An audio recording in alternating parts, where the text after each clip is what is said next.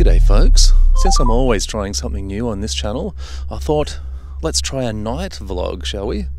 And in this video I'm going to talk about a new lens that's popped up on my radar.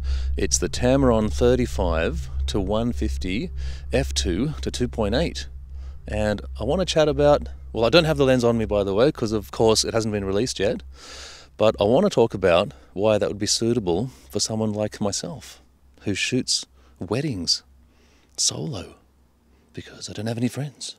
Alright, let's go for a walk, shall we?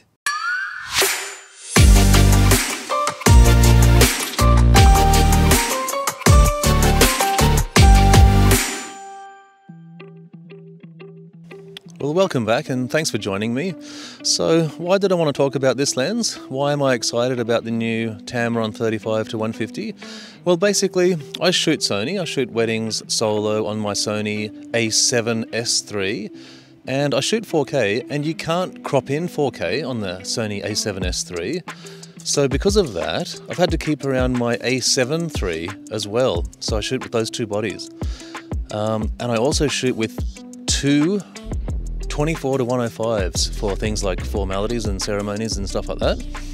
And I found after my 7 years experience, that's my favorite combination at the moment. It's wide enough to cover everything, and you can zoom in quite enough. You can zoom in heaps.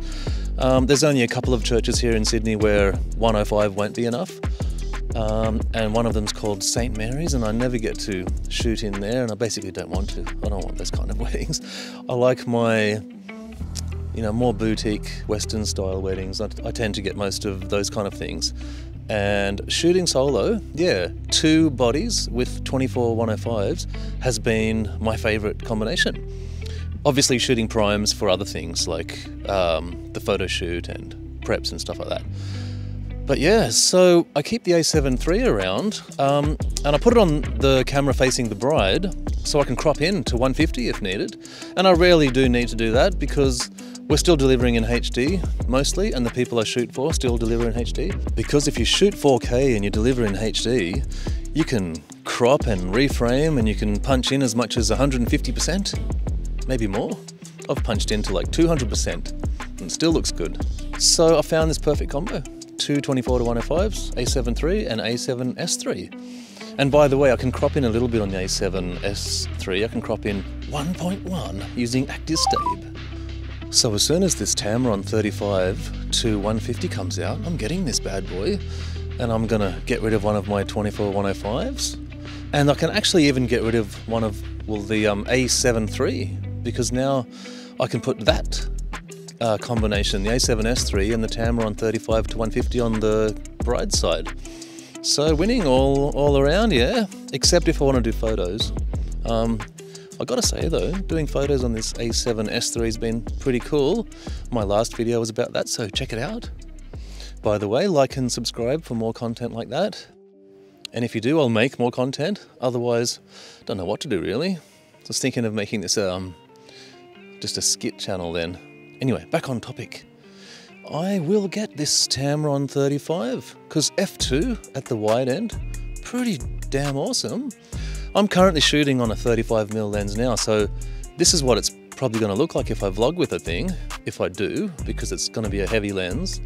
But yeah, so this is the widest it'll go, and also the Tamron 35 to 150 won't have stabilization, so it'll be a really good pair with the A7S III once again, because like I said, this is active stabe. If I just take this camera around, this is active stabe on 35, so it will crop in a bit. It's probably like more like 38.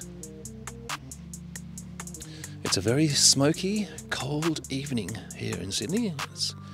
We're in lockdown, as most of you are. I'm just resting it on the car because my hands were shaking, either because I'm cold or this thing's getting heavy. So yeah, to wrap it up, I would love to be able to shoot my weddings on two Sony A7S IIIs, so that'd be wicked. It will be better than the 24 105, and I'll be able to use that all day, because then when we go into the reception at night time, I have been kind of doing the same thing, but I've had to light people quite well for speeches since the lenses are f4, and I don't have a dedicated 135mm lens, and I used to have a 70 to 200 and I keep going back and forth and getting rid of them, buying them. And like I said, my favorite combo right now is two 24-105s. It's just been ample. And my main gripe with these longer lenses, by the way, is if I stand back and pretty much get out of the way, someone always goes and stands between me and what I'm shooting if I try to shoot at 200 mils. And the last thing about that, which is why I don't like using them, is because I shoot on my own, I don't want to be locked at 70 as the widest, because then I'll need either a second shooter to help me get the, you know, the wide shot of that same angle, or I'll need 3 cameras, and I don't roll like that. 2 cameras max, and you just got to know where to be at the right time. By the way, if you'd like me to do tutorials and tips on how I do that, how do I shoot weddings successfully with my 2 cameras, I am happy to do that. Let me know down below. And that's pretty much it. Tamron, if you're listening, feel free to send it to me. I thought about that 70 to 180. I thought long and hard. And then it'll be a luxury lens. I was pretty much in the same position thinking, well, it will be a luxury lens and I'd have to be pretty comfortable to pull that out of the bag, because quite often I'll be stuck at a telephoto length and I won't want to be. But this 35 f2 to 150 f2.8, well, now you're talking. I may even consider just getting that instead of my 135 I was going to get, because 150 at 2.8, that's going to be bocalicious enough. I'm pretty confident. The only thing is, I know it's going to be heavy, so I was also thinking for things like a photo shoot, quite often I'll take this lens here on a gimbal, or the 55 on a gimbal is beautiful, and also on like a monopod, I'll have my second camera and I'll put like an 85. I've got the 85 1.8, and that's for nice kind of portraiture style shots when they're sitting down and that kind of stuff, if you want to do a little bit more, you know, bokeh style shots. But if I had that 150, that's what I would carry. That big oaf of a lens. Or would I? We'll see. But options anyway, hey? If it's on the camera all day, and it probably will be at a wedding, then might as well take it maybe handheld those shots and try to trust the active stave. But I have this Sirui monopod which stands well on its own. So what I've been doing is like putting that aside, putting that at the lowest so it doesn't fall, and then gimbaling. Most shots 35, 55 looks beautiful. And then, if needed, pull out the monopod for a pretty stationary style 85mm, sexy, beautiful, like, you know, portrait style shot. Anyway, I'm rambling now.